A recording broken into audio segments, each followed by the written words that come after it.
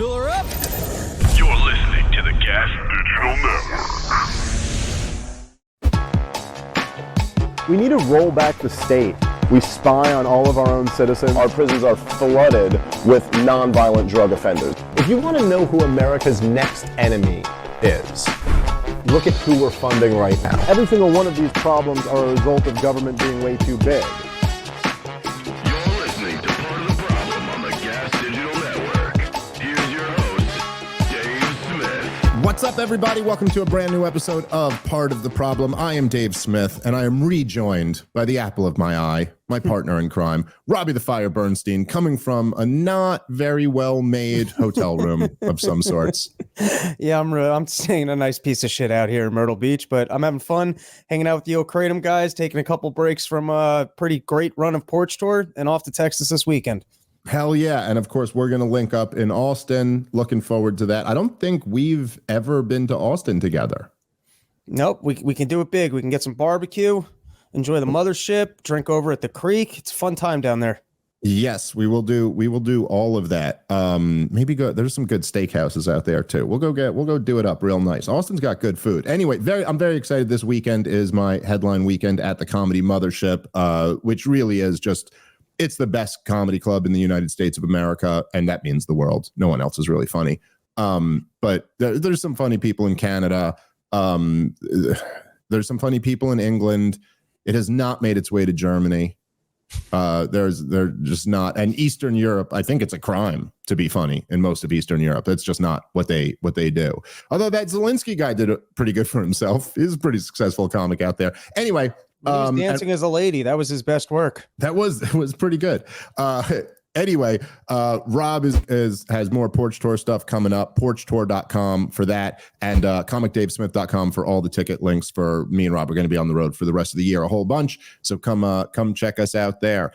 All right. It's cool how many people are actually traveling to Austin for your gig. I keep hearing from fans that they're flying in to see you at the mothership. I think that's such a weird and cool dynamic. Yeah, you know what I learned from this is my second, weekend there, and what I learned from last year was to promote this one way earlier. Because last year I kind of, I promoted it like it was a regular gig, but that club sells tickets itself, unlike any other club that I do. So I think unlike any other club in the world. And so it was like a lot of our people ended up getting boxed out because it sold out before they had a chance to get tickets. So this time I made sure on our show to promote it way months in advance, to be like, listen, if you want to, because I know there are a lot of people who not just want to see me, but want to see me there and like have never been before and stuff. So yeah, I thought that was very cool too. And I know it was a lot of our people because like I could see like it sold out months ago, and I could see like on the Mothership website that like other weekends hadn't sold out that were before mine. So it was like, like they all sell out at that club, but some of them might sell out a month before, some of them might sell out 2 months before. So I was like, okay, I could tell like kind of, oh, all right, it's the club's draw, but a lot of our people on top of that were there. So very much looking forward to this weekend. It's going to be a lot of fun. And also it's just going to be a cool time because like you're coming out. I think Lewis is coming out for part of it, and I believe Chris Vega is going to come like hang, and so it'll just be a fun time in general. Okay, let's get into some stuff. So first of all, as you guys know, look, we've been talking nonstop about the fallout from the presidential debate. There'll be some more talk about that on this episode. It's just impossible not to. We're living in a world where it is not inconceivable that we could end this recording. I could walk upstairs and find out that the 25th Amendment has been invoked against Joe Biden. Like we're living in a time we're in uncharted territory. I just recorded Pierce Morgan's show, and it was, how he kind of sets it up where there's a panel and there's like kind of two Zionists and two, critics of Israel. And Cenk Uygur and me were the two critics of Israel, and then there were two other people who were like defenders of Israel, and from all over the political spectrum. Like I'm a libertarian, Cenk's a hardcore progressive. I don't even know exactly what the politics of the other two were, other than being pro-Israel. But there's four people. We're there to kind of all fight. Me and Cenk don't agree on basically anything except war. I shouldn't say that. I'm sure there's some other issues we agree on, but we disagree on a lot of issues. And they just go down the road. The first topic is Joe Biden, and we're just all in agreement. Like everybody's just like, yeah, he's got to go. This guy, it's insane. This guy just shit his pants on national television. What are you like? Everyone's just in agreement about that. So anyway, it was just kind of interesting, just this weird, moment. Anyway, let's start with something else. So as listeners of this show know well, I've responded several times to Douglas Murray debates or rants about the war in Israel. He just the other day was on the Ben Shapiro show, and I must say, obviously, I've challenged him to a debate several times. Doesn't look like that's happening, at least anytime soon. I'll be happy to be proven wrong on that. But of all of the rants and debates and arguments of his that we've kind of torn apart on the show, I genuinely thought this one was the most unhinged. And so, and part of that is because he's sitting down with Ben Shapiro. And so there's no type of, there's no limiting force. It's not like he's there in a debate where if he says something too crazy, you kind of know the other guy's gonna hit you for that. Or if he's like on Piers Morgan's show debating Cenk Uygur, then if he says something too wild, Pierce is even going to be like, well, wait a minute, you just claimed that. But with Ben Shapiro, you could say whatever the hell you want to, and he's going to agree with you. So anyway, let's get into this and we'll dissect it a bit. People say, well, why are you so bothered about Israel? And I hear that from the right. The left don't care. They know I'm beyond saving. But on the right, I hear that. And I think they don't realize they think it's some weird thing, like what is this small state? Why does it bother you? I don't think they've even remotely reflected on what I regard as the deepest reasons to care. It seems to me, if, as you well know, Western civilization is based on the legacy of Athens and Jerusalem. Athens is under great assault always, but it's not actually under existential assault at the moment. What is being attempted by Israel's enemies is the philosophical and cultural equivalent of burning all the libraries of Alexandria. This is one of the underpinnings of Western civilization, utterly, utterly at risk. And not in a sort of metaphorical way where people might use it as a sort of book subtitle, but the real thing. I mean, I've sometimes thought about it this way. I haven't tried this out in public before. How many Jews are there in the world? All right, let's pause it there already. But this is where it gets even more bizarre to me. But just reflecting on that, I just find this narrative. First of all, he does the thing which I hate when people do. Like this is what I was tearing Chris Cuomo apart for the other day. When people like it, they'll ask themselves easy questions and then answer it, and you're like, yeah, but that was never the question anyone was asking. And so you just like frame your own argument as if that, like he goes, I hear from the right all the time, like, why do you care so much? Why does Israel matter to you? It's like, is that really the question that people are asking? Like, why do you care? Or are they asking much more pointed questions like, why is it in America's interest to always back Israel? What, you know what I mean? Like, what type of pressure does the government of Israel exert over our politics or things like this? But anyway, I just find this. So I posted this video and a couple comments about it on Twitter. And one of the things, and I think you can kind of speak to this, Rob, because you grew up in a Jewish environment. So one of the things that you get when you post things like this is that you realize there's a real paranoia amongst Jews, but also I guess amongst people like Douglas Murray, who are just the defenders of Israel or whatever, where they will speak as if, he's saying, look, this isn't just like a subtitle for a book. This is real life. Jews are under existential threat. And I would certainly agree that I think Israel's actions over the last 9 months have put them in more threat than they've been in before. But the idea that like Israel's about to be overthrown and all of the holy sites are about to be burned to the ground or something like that because that's what their enemies want to do to them. I'm not denying that there are some enemies of Israel who might want to do that to them. They have no means by which to accomplish this. In the same sense that like Rob, you might feel that, you know, there might be some blue-haired college 20-year-old chick who, if she was running the government, would just silence us and arrest us. And you know what I mean?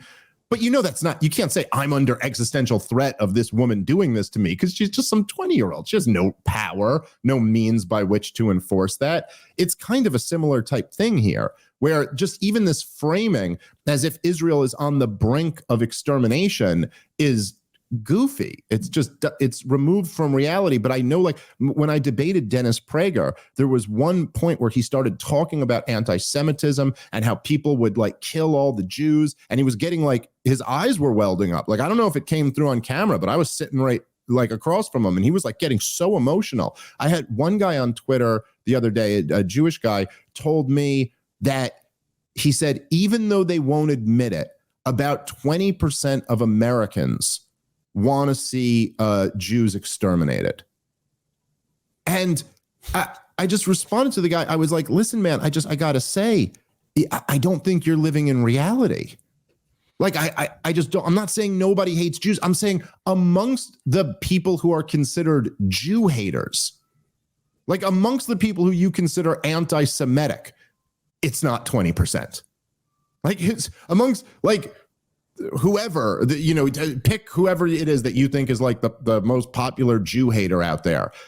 Most of them don't even agree that Jews should be exterminated. The idea, and you almost go like, man, what world are you living in where you think we're in a society where 20% of the population wants a race exterminated? It's hard to even respond to because it's so removed from reality. I don't know. Any thoughts, Rob? I think you're overlooking. It's a threat to all of Western civilization. He's so intense with it. We're all gonna die. If Israel folds, America's gone tomorrow. It's a pinnacle of Western. It's like a support beam in some I don't know, structure that doesn't exist.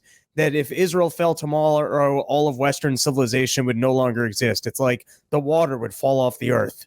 Yeah, like I don't even know how to describe it. Like, I was arguing with someone on Twitter the other day, or they were saying that, like, you know, talking about how much radical Islam is a threat to Western civilization. And I was just like, look, dude, objectively, the terror wars have done more to damage Western civilization than any radical Muslims could ever dream of doing. I mean, like, honestly, like, just think it through to yourself. If you just go, okay, so what hurt America more? 9/11 or the war in Iraq? Like, forgetting even like the blowback argument of all of the things that we did that led to 9/11, forget all of that. Let's just say just 9/11 or the war in Iraq. Well, right away, the war in Iraq, more Americans were killed. More Americans were killed as a result of the war directly, and then by committing suicide in the wake of the war. Substantially more Americans were killed by the war in Iraq than by 9/11. It also cost trillions of dollars. And it also discredited our standing in the world, our institutions, our leaders, all of this in a way that 9/11 never could have. It's just obvious. Like, this are so it's like to focus on like the threat that Hamas poses to Israel or something like that is not nearly as, like, even if you think if Israel falls, Western civilization falls, which is quite a wild argument to make. I don't see how that could possibly be made. Western civilization, I don't know, how many of you are history majors, but Western civilization actually predates Israel by a little bit. I don't know that it would collapse if Israel collapsed. There's no reason to suspect it would. But even aside from that, Israel's own actions are putting them more in jeopardy than anything that Hamas could ever do to them. You know what else our response to the 9/11 did? It normalized lines. And that's how bin Laden won. because it started with the airport security line, and then the airports were like, oh, these fuckers will just stand in lines. And then the rental agencies were like, these guys will just stand. And then that, I'm telling you, that kickstarted inflation. That kickstarted the world that we live in, where every company will just be shitty to you because the United States government displayed through TSA that we would just take it. Yeah, listen, man, I know you say it somewhat in jest, but I really actually think there is something there. I think there's something about the post 9/11 conditioning of obedience on many different levels that led to the rise of wokeism and led to the COVID insanity being logistically possible to implement. That you had decades of building up kind of this culture of obedience, and if you stray outside of the lines, you get whacked with every name in the book and every penalty that they can impose on you. I really do think there's something to that. All right, let's keep playing this video. I've sometimes thought about it this way. I haven't tried this out in public before. How many Jews are there in the world? 15 million. 15 million. Okay. This is going to come. This may come across really coarse, but let me put it this way. I mean, there are lots of conflicts in the world, and I've covered a lot of conflicts involving a lot of people. But it's conceivable that at some point, 15 million Christians could be killed. It would be a disaster, a tragedy. It's conceivable that at some point, Burma, India, 15 million Muslims could be killed. It would be a disaster. It would be a tragedy of an unimaginable scale, of mid-20th century scale. But if 15 million Jews were killed, that's the end of the story. That's it. Now, what does that mean for the Jewish people? It's the end, that the people who saw off everyone from Pharaoh to Hitler disappeared in the 21st century. Everyone else, in my view, wouldn't survive either. Western civilization could not survive the destruction of the Jewish state. Because it would be... Just pause it right here.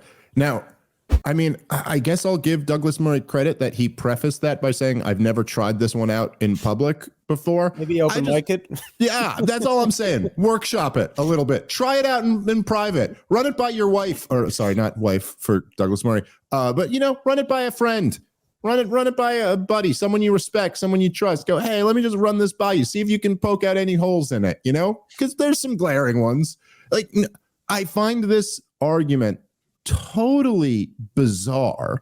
It makes no sense. Like, there's no logic to it whatsoever. He's not even presenting exactly what the logic is, but to say it out loud in front of an audience is just so wild to me.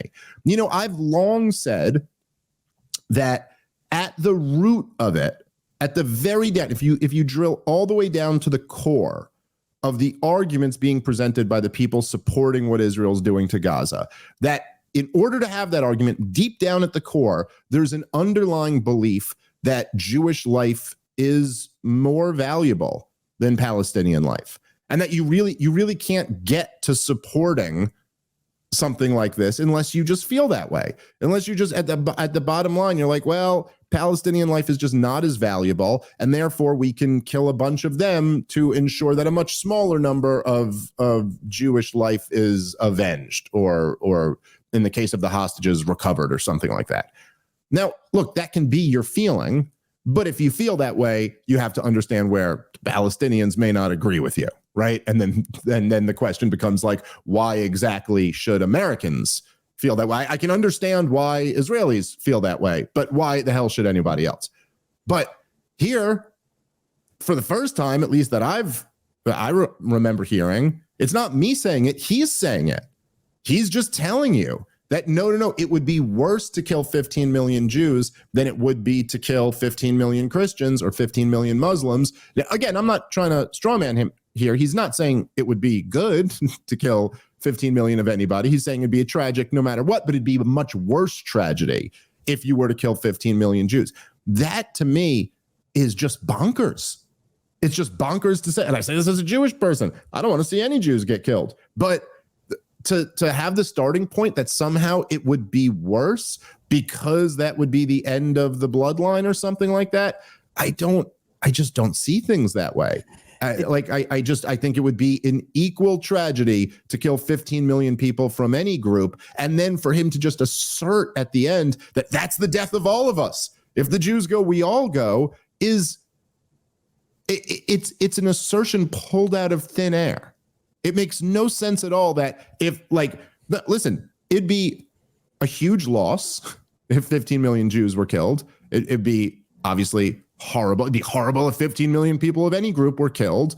But no, I don't believe that everybody else is just so stupid and useless that they could not continue to exist. What am I missing here, Rob?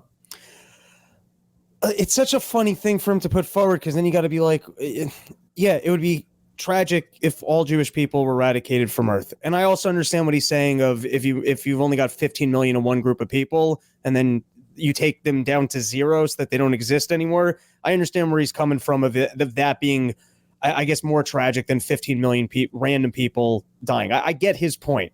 But when he jumps to that the world would no longer exist, now the world would continue to exist, which is not a defense for, hey, let's go kill 15 million Jewish people because the world will continue to exist.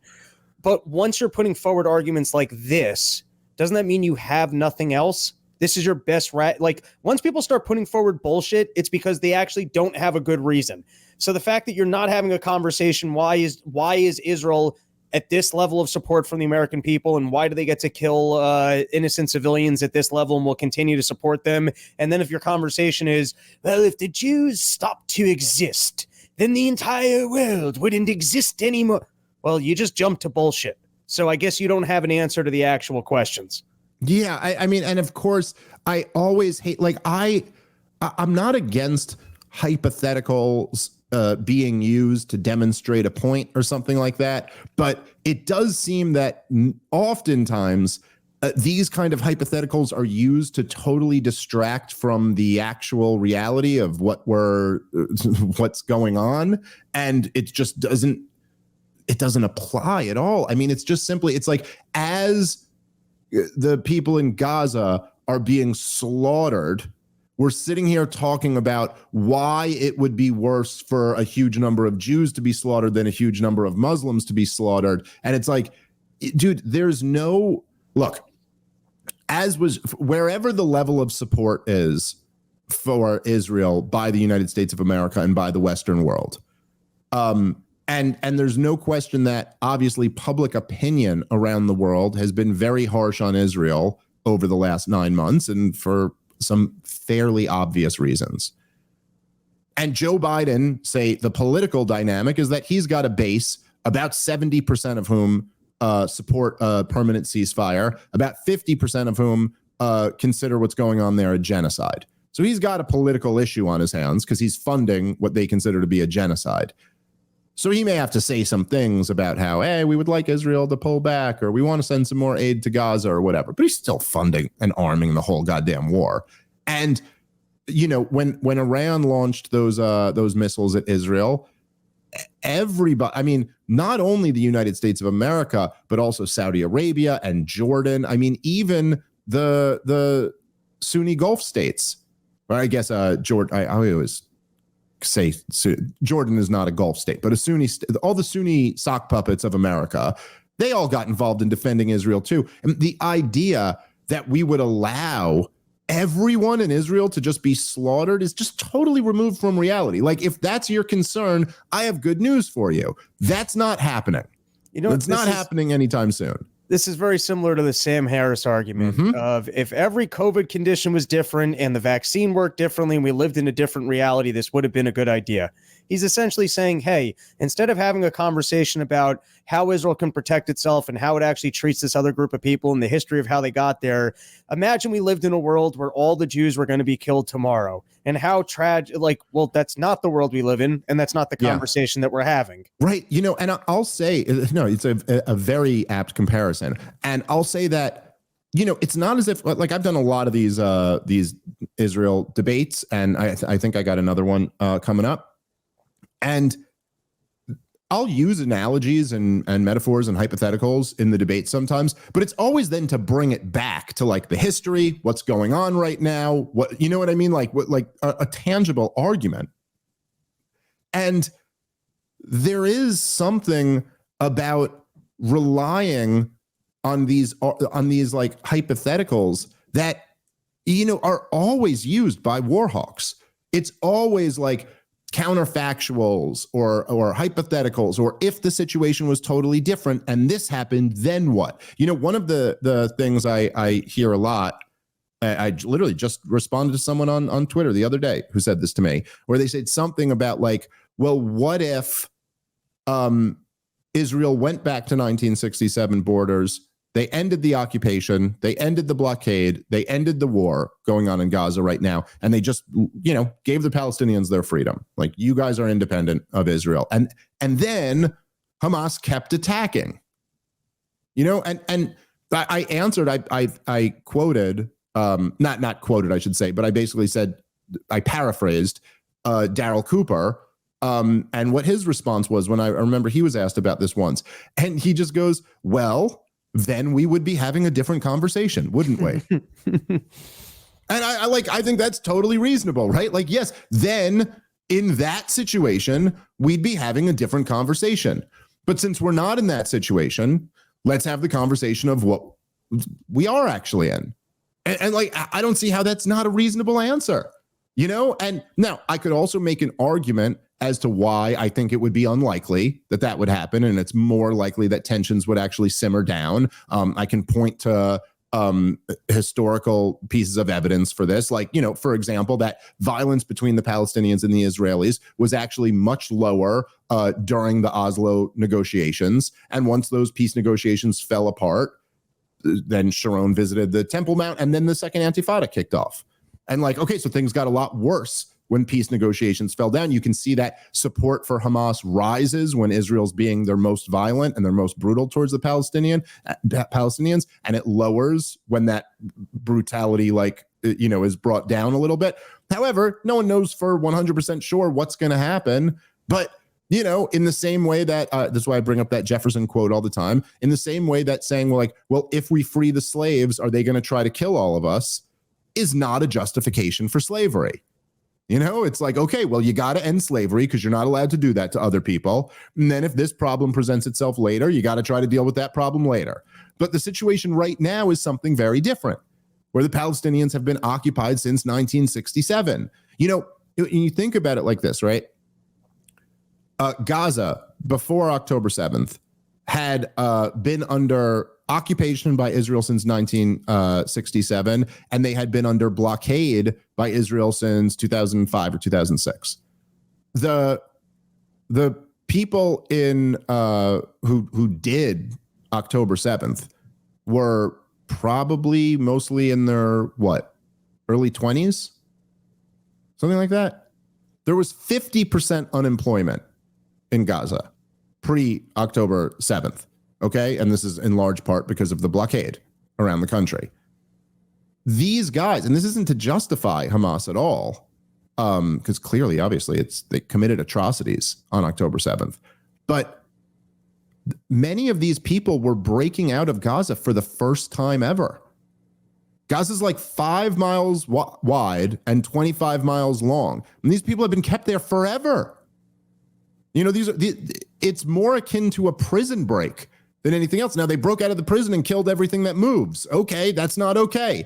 You're not allowed to do that, you know? But you can still kind of look at the situation and go like, yeah, dude, you know, you keep people in these conditions, they might become savages. That's kind of part of human nature. We're all capable of that. All right, guys, let's take a moment and thank our sponsor for today's show, which is monetarymetals.com.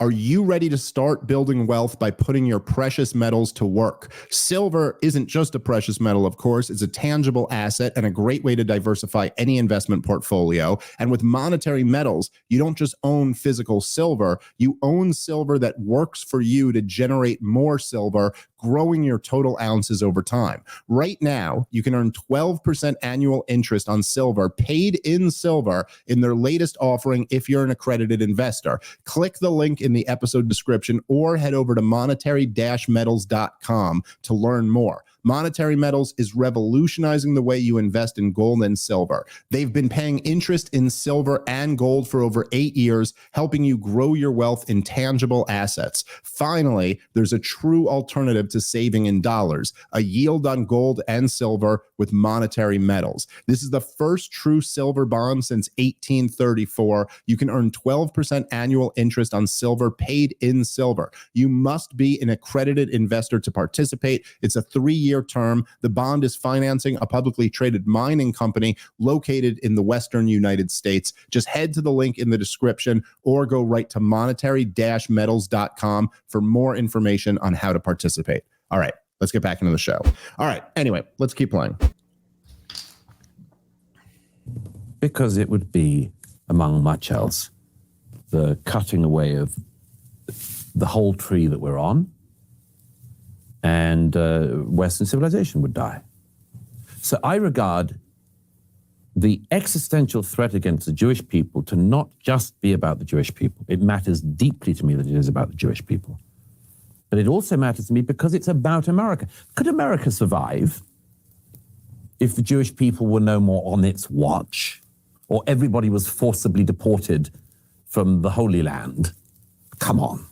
Of course not. Could the isolationists bear? Pause it right there. What is the argument, aside from just asserting, of course not? First of all, I got to ask here, like, what do you, I mean, they say there's 15 million Jews. What exactly is the breakdown of that? I think there's like 5+ in Israel million Jews. And then in America, somewhere around the same.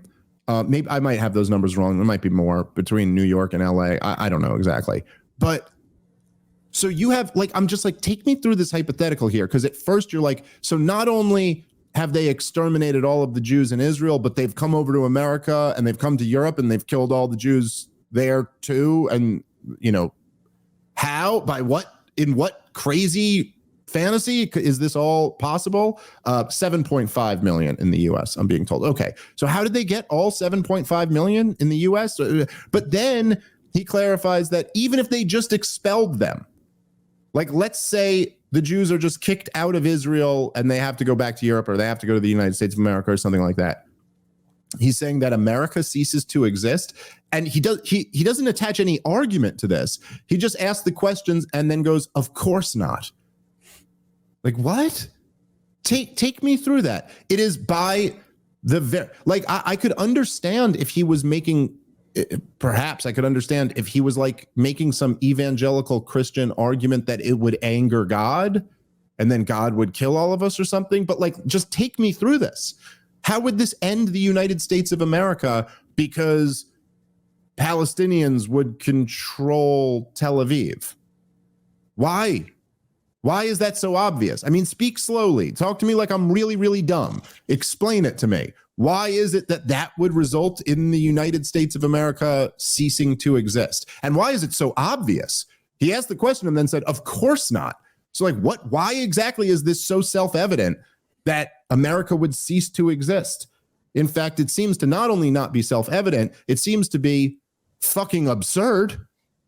So like, now, by the way, I'm not saying that the Jews should be kicked out of Tel Aviv, you know, like I've always been an advocate of 67 borders. I think that's kind of the most reasonable compromise right now. That has also been the baseline starting point for every round of negotiations between the Israelis and the Palestinians, including not only the ones that they've been a part of with the United States of America, but the Saudi proposals and the proposals from the PLO and from Hamas and from Yitzhak Rabin, like all of them. That's always the starting point, is 67 borders. The question is whether they get to control the West Bank, East Jerusalem, and Gaza, or whether they don't. There's never been a debate about whether all, I mean, I'm not saying that the craziest Islamists haven't said from the river to the sea. I'm saying there's never actually been like a debate about whether that's going to be implemented or not.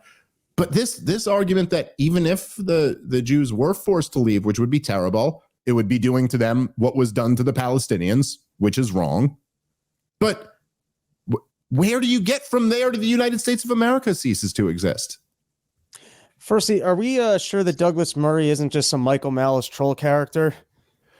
He's a really good one if he is. Yeah, this might just be... all right, this is the most favorable sitting at my Passover Seder, working loops in your head, charitable explanation for what Douglas Murray is saying. All right, I want to hear it. I think he's not quite saying America will cease to exist. He's saying Western civilization will cease to exist. And I think what he's getting at is that if we allow this to happen, we're so cruel, we wouldn't have the same spirit of what Western civilization is supposed to have. But even if that's true, the leaps he's taking and that we're not having a conversation about anyone advocating for genociding or rounding up all the Jews. There's no real security threat to Israel of them all dying tomorrow. So it's a nonsense conversation no matter what. And he's not quite, as you said, explaining to us how, firstly, why are we having a conversation as if all the Jews are being eradicated? Why are you doing that? This is stupid. But then also, if all the Jews were to be eradicated, in what way does that mean that Western civilization would be over? And that's the only reason I can give for what he's trying to say, is that we would be a different, crueler civilization. Yeah, I mean, I suppose that's maybe. But the whole thing's stupid. I'm saying this whole thing is nonsense. Yeah, no, it is. And I'm glad you made the comparison, because I didn't even really think of it. But it is like the Sam Harris thing. Like, it's just kind of like, oh, well, what if COVID had a 50% death rate and the vaccines were 100% safe and effective? Then how about mandating them? If everything in the world was different, what I was saying would be rather smart. It's like, yeah, like maybe. I mean, by the way, with the Sam Harris one, I don't even agree with your conclusion there. I mean, like, obviously that'd be a much worse situation, but I just don't buy that you'd need mandates. You know what I mean? Like, I think if that were the case, then I think the only issue you would have would be that there's such a high demand that these vaccines are flying off the shelves so quickly, and there would just be no need to force people. I just don't buy that, like, you'd have to force people to survive. I think that's like the most fundamental, instinct that people have. And likewise, in this scenario, it's like, even in this scenario, it's just not clear to me that America would cease to exist. But also, like, if you're going to make a claim like that, you got to back it up with some type of argument. Anyway, we have too many addicts in America. How are you going to get all the Jews? Yeah, no. You know how many addicts we have? Germans, they don't build with addicts. That's why it was so easy. Well, it's also, look, I will say there's also something about the, again, which is always, as I've pointed out many times, is something kind of ironic and hilarious about the fact that all of the most hardcore anti-woke people invoke like this woke argument when they're trying to, when the topic of Israel comes up. But as I pointed out on Glenn Greenwald's show the other day, it's actually a much weaker argument for Jews than it is for any other group. Like, if you're talking about like black people in America and the history of racism, it's just a lot different than talking about Jewish people in the history of anti-Semitism, because Jews are so successful. And like the idea that, painting the Jews, as has always been done, as like this kind of victimized minority that's completely powerless. I mean, that certainly is true of Jewish people who lived under territory controlled by Adolf Hitler. Like, they were pretty helpless. But that's just not the story of Jewish people throughout the Western world today. It's not, objectively.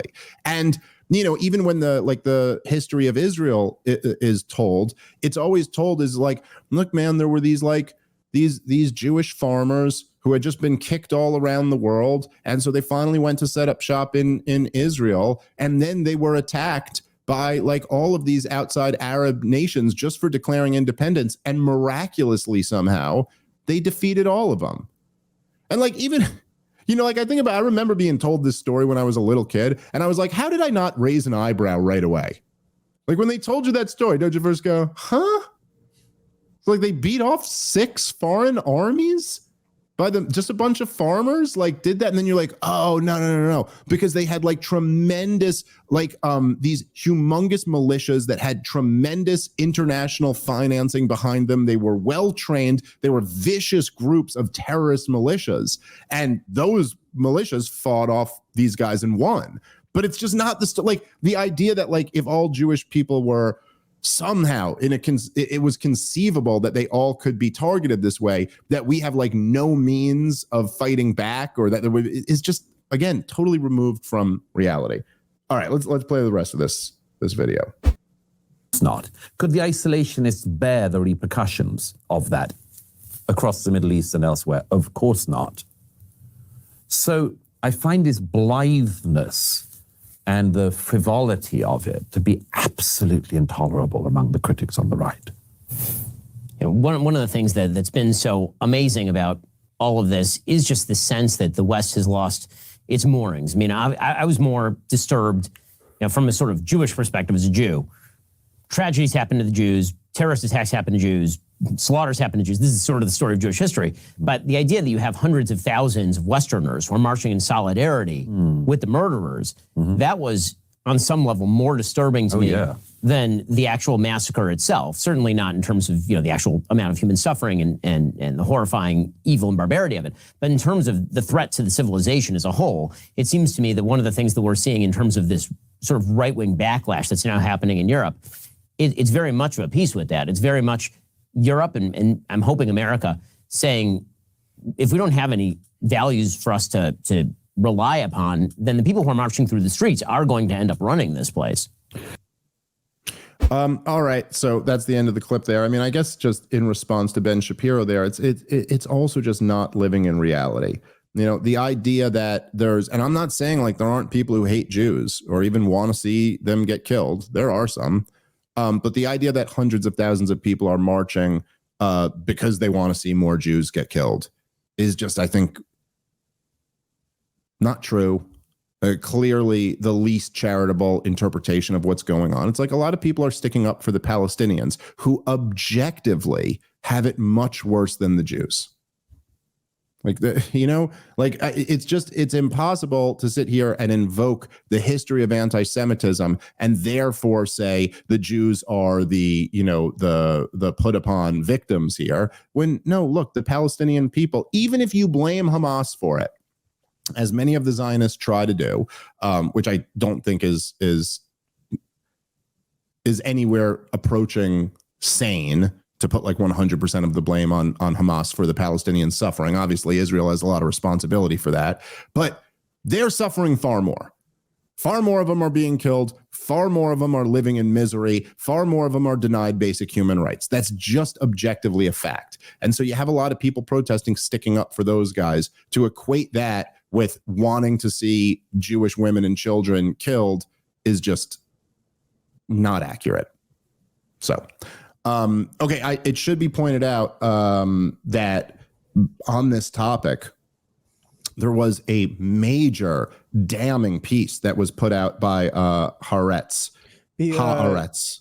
Some people get mad at me for the way I pronounce that, but I stand by it. You're not supposed to pronounce things in like the accent of a foreign language, and that's nothing's worse than when people do that. It's France. I'm not supposed to go, over en français, there was a recent election and there's protests in the streets. It's like when people do that with Spanish, you know what I mean? Like when they'll be like, Roberto Gonzalez was over at the house the other day, and it's like, no, you don't do that. You say it in a stiff American accent. Haaretz, okay? I don't care how it's pronounced in Hebrew. Anyway, they just put out a major piece. And this kind of corroborates what many military people and eyewitnesses have testified to, but they are running with the story that the Hannibal directive was implemented on October 7th. This was something a lot of us had speculated about, because just due to a lot of the images, it looked like some of this seemed like it had come from like Hellfire missiles and not hand grenades. When you see the lined up cars that are all, totally incinerated and stuff like that. But this is now one of the biggest newspapers in Israel is reporting this with multiple sources. They are anonymous sources, so take that into consideration. But it's hard to imagine Haaretz would run with something like this if they didn't have some people, that had like come to them with it. And again, that doesn't, I still don't think we have a good idea of how many Israelis were killed by the IDF compared to how many were killed by Hamas. But that's a pretty big piece of information. You know, if like the death toll has been touted out and kind of used as why Israel must take this action and why the U.S. must support it. And if a lot or a meaningful percentage of that death toll came from the fact that Israel decided to kill its own civilians, that's a big piece of information. It's amazing how much more interesting the Israeli coverage of some of these problems, such as Netanyahu's relationship with Hamas and, you know, the payments going through Qatar. None of this stuff ever seems to make it to our media.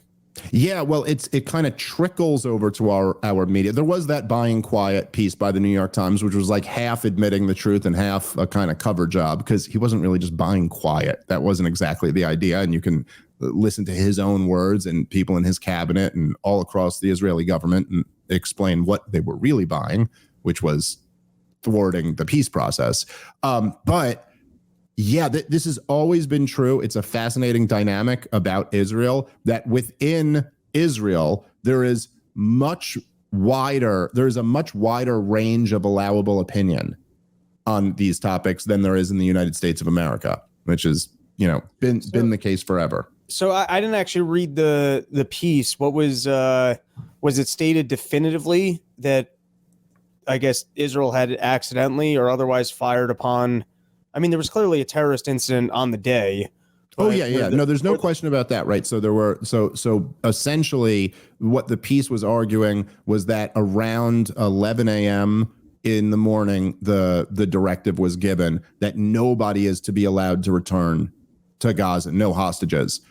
Basically, with the Hannibal directive, which was implemented for a while and then was at least officially banned, was, and I believe initially it applied to soldiers, but they were like, you know, if Palestinians try to take hostages, you kill the hostages as well as the Palestinians. You kill you kill them before you allow them to be used as bargaining chips against Israel that will then weaken them or put them into a position where they have to negotiate for their release. Doesn't that somewhat not line up, at least in my head, with the lapse in time of the Israel military response? Because from what I recall, there was about a 6-hour delay in a small country where, and you could argue, hey, you don't want to do half measures. They didn't know the nature of the thing, and they didn't want to just throw soldiers down there to create a bigger problem until they knew what was happening.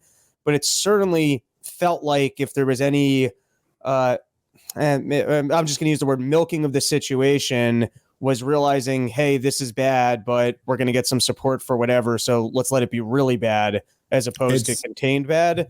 And I guess directives to kill the hostages as well doesn't really seem to go in line with what we saw, or from what I remember of there being quite a bit of a lapse in time before Israel went down to clear out the terrorists that had come across the border. Yeah, no, it certainly raises some questions about that. And these are very important questions that still have not been answered. Like, why the hell did it take so long? And if you were instituting the Hannibal directive, why would you not be just going for it at that point? So that all of that is still somewhat unclear. I will say that this does it casts some doubt on some of the wilder conspiracies, which I've never bought into. But the idea that this was some type of inside job or false flag, or that they wanted these hostages to be taken so that they would have their excuse to launch this assault on Gaza, that does not seem to be the case. I think we're right back to kind of what I've thought this was from the very beginning, which was that the Likud party under Benjamin Netanyahu's leadership cynically decided that they were going to keep Hamas in power and prop them up so that they would never have to negotiate in good faith with the Palestinians. And they would never have to give them their own state. And that so they could continue to, in effect, annex more and more of the West Bank by pointing to Gaza and saying, look, Hamas is in charge. We can't negotiate with these terrorists. And that therefore, even amongst, as Ehud Barak said in his own words, that you could also look to the liberal Israelis who, if the Palestinian Authority were in charge and they were saying, hey, let's make a deal, a lot of liberal Israelis would say, yeah, let's make a deal. We don't want to be occupiers. We want to give them their own state. But now you don't have to deal with those liberal Israelis because you could look at them and say, we have no partner for peace, right? And I think that there was tremendous hubris all along in downplaying Hamas's ability to touch Israel. Like, these guys are a bunch of rookies. They can't do shit to us anyway. We control the height of the flame was Netanyahu's quote. So that, basically being like, yeah, look, I know we're playing with fire, but we control the height of the flame. We can control that. And they found out on October 7th that they don't. That seems to be more likely than not. To me. All right, guys, let's take a moment and thank our sponsor for today's show, which is My Patriot Supply. Listen, America has been going through some rough times over the last few years, and the future is pretty uncertain. And in times like this, I know I like to be prepared, and I'm sure a lot of you guys are the same way. Well, the best way to prepare is with My Patriot Supply. Since 2008, My Patriot Supply has helped millions of Americans gear up for emergencies. Today, their popular 4-week emergency food kits can't stay out of customers' carts. Get yours right now at my website, preparewithsmith.com. Each food kit offers over 2,000 calories every day. Plus, with ultra-durable 4-layer packaging, it lasts up to 25 years in storage. Order as many kits as you need and save $50 off each one, plus free shipping when you go to preparewithsmith.com to stack up on these essential food kits. That's preparewithsmith.com. All right, let's get back into the show. Okay, let's, in the little bit of time we have left here, let's transition back to the, the state of everything here. I'm kind of debating from these videos. You know what? Let's go with the Jake Tapper one, because I actually found this one pretty interesting. Here's Jake Tapper at CNN talking about Joe Biden. Before the president did that, he called into a couple of black radio stations where he said, among other things, this. By the way, I'm proud to be, as I said, the first vice president, first black woman, served with a black president. I'm proud of the first black woman in the Supreme Court. There's just so much that we can do because together there's nothing. Look, this is the United States of America. He's proud to be the first black woman. Not coherent. And even then, we later found out from the radio host that the Biden campaign had given her a list of questions to ask President Biden. That is a huge no-no in journalism, and the host was fired for it. But it remains quite telling that in the Biden campaign's efforts to show that the president has not missed a step, his campaign felt the need to feed questions to the hosts for a call-in radio interview. And the president still, even then, failed to deliver in many of his answers. All right. So the knives are out for Joe Biden. This is, we've been talking about this. We were talking about on the podcast last week where I was kind of like breaking down how there are these different groups of people, like there's people within Joe Biden's cabinet who want to keep their cabinet position. So they want him to run because they're like, hey, look, even if he's only got a 10% chance of winning, that's still 10% I keep this job. Whereas there's a 0% chance if he doesn't run that I keep this job, but that's not who really runs our society. It's not Joe Biden's cabinet picks. It's not Jill Biden. There are powerful forces, very powerful forces. The military industrial complex, big pharma, big banks. You know what I mean? Like really powerful forces who they don't give a shit about whether it's Joe Biden. All they want is an establishment Republican or Democrat. They don't give a shit if it's Mitt Romney or it's Barack Obama or it's Joe Biden or it's Kamala Harris or it's Gavin Newsom. They don't like Trump. They don't want it to be Donald Trump because they see him as a wild card, whereas these other guys, their position is a little bit more secured. And so their only interest is who can defeat Donald Trump. And it's clear at this point that Joe Biden cannot. And so the knives are coming out. But what's interesting about this, first of all, the actual gaffe itself is undeniably funny. I mean, Joe Biden says on tape, I am the first female black vice president. That's pretty funny. Objectively, you run that through the funny machine and it comes out positive for funny.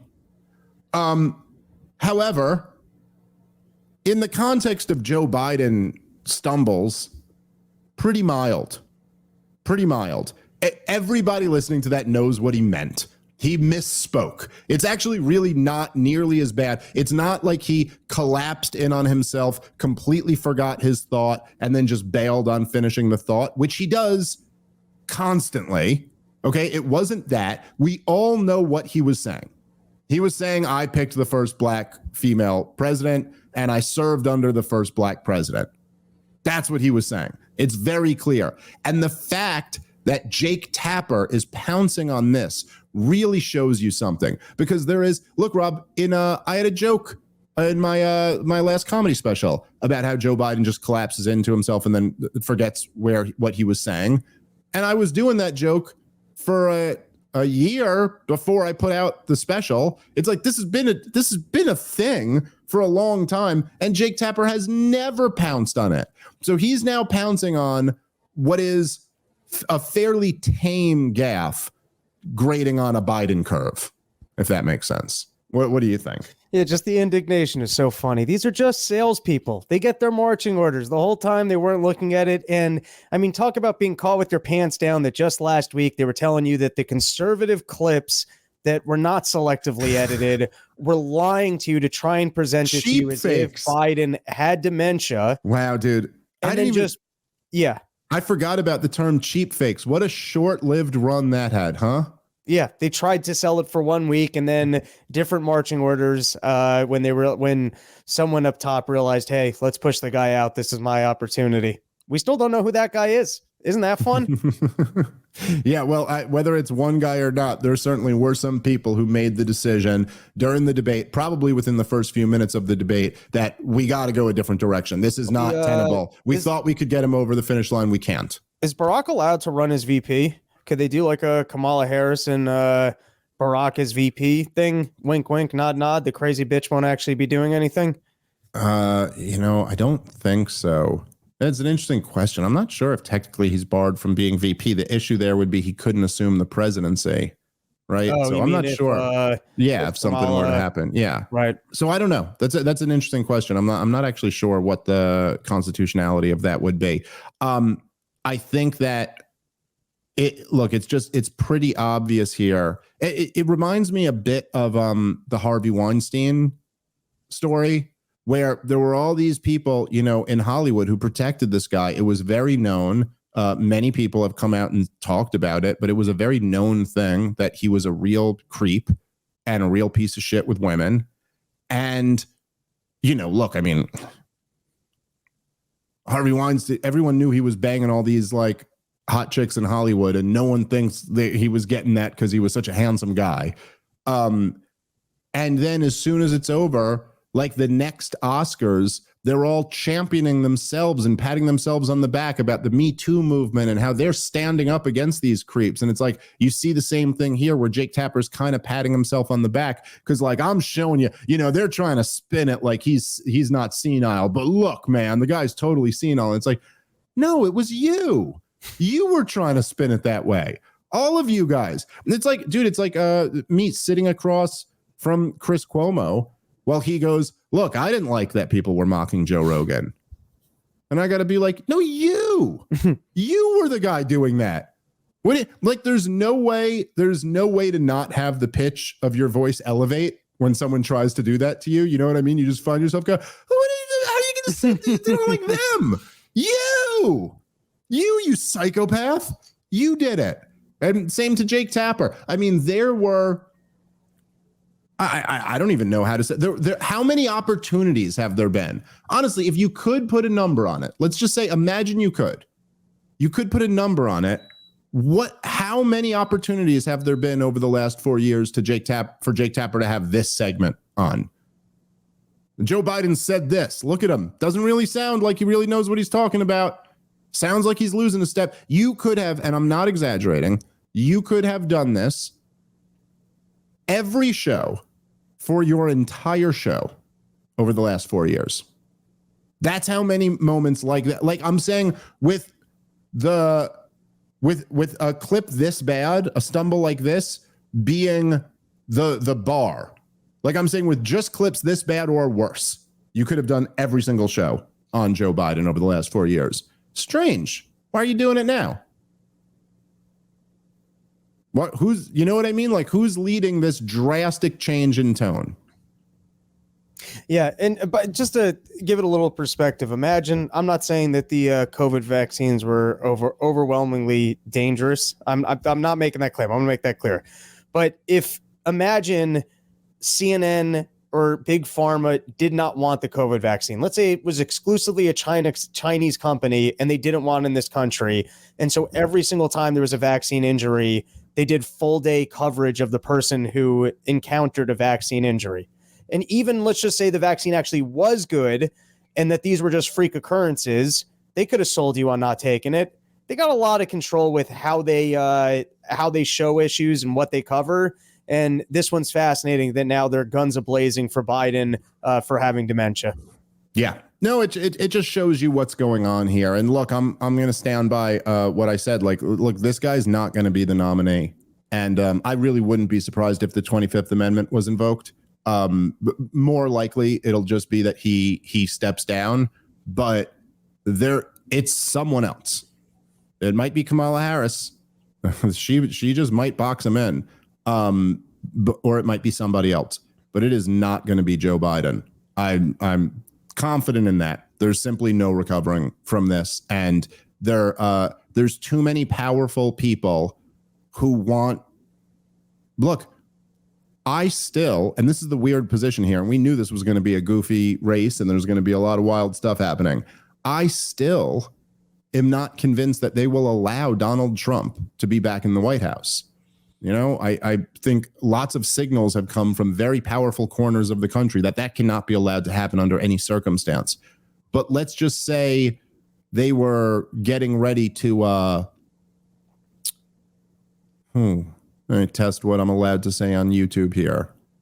Let's say, hypothetically, they were getting ready to do something that rhymes with peel the election. They need to have a plausible candidate in there. It can't be that obvious. I also think they need to have someone who could at least keep it close. Yeah, I think there's a margin of victory at which they don't actually feel comfortable engaging in those shenanigans because it's too obvious. That's right. At this point, though, Kamala let's have some fun with Kamala. We've had a lot of fun with Biden. I've made a lot of jokes at his expense, and I've been saying on stage that I hope that he wins. I've had plenty of jokes about it, but you know, Kamala's like that comic that every time they go on stage bombs, but thinks they're doing great. And they're the comic that's fun to watch bomb. Yeah, fun to watch bomb, but then also they get off stage delusional, like they loved me tonight. Yeah. And she does not seem to have any self-awareness about how, firstly, unqualified she would be for the job, and also just how unlikable she is. And I guess when you're that close, it's almost like if you brought, you made it to the playoff rounds type deal. It's like she's too close to not take the chance to try and win because she doesn't care about other people. It's just about the making the history books and the power of it and what you can do. It's not about the actual job, the party, anyone else. She's too close to not try and take the opportunity and play it through. But she really has no self-awareness to the fact that. She should. There's quantifiable numbers of how she was doing when she ran the last time. What was she? Less than 1%. There's a number to it. There's literally a number on how likable she was. And it's not a good number. Now, listen, well said. And we will see what happens, man. Wild times. All right. I really very much looking forward to this weekend. I'll see you out there, Rob. And we'll see you guys all back on the next episode. Catch you later. Peace.